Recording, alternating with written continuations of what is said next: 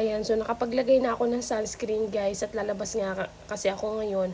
Pero syempre, kailangan natin maglagay ng something din sa face natin na hindi naman tayo mukhang putla. Pero ito ang ginagamit ko sa aking skin, sa aking blush ngayon guys, yung Everbilena na lip and cheek stain. Sobrang tagal na namin itong ginagamit and long lasting din siya. Tagal din siya maano sa face ko. Kasi ang problema ko lang sa kanya, pag medyo matagal na siya, nag-iba na yung amoy niya. Pero yung performance niya, hindi nagbabago. Same pa rin. So, ganyan lang ako maglagay. At dyan ko lang din siya nilalagay. Ayan. Tingnan nyo na lang. And ilalagay ko na lang dito sa aking yellow basket kung meron tayo dyan sa pag nahanap ko.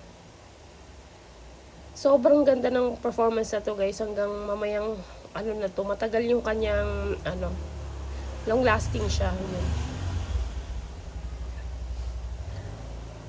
Yan, ganyan lang. Dab-dab-dab mo lang siya. Ayan.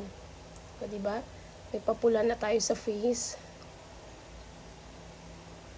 Mabilis lang siya i-blend.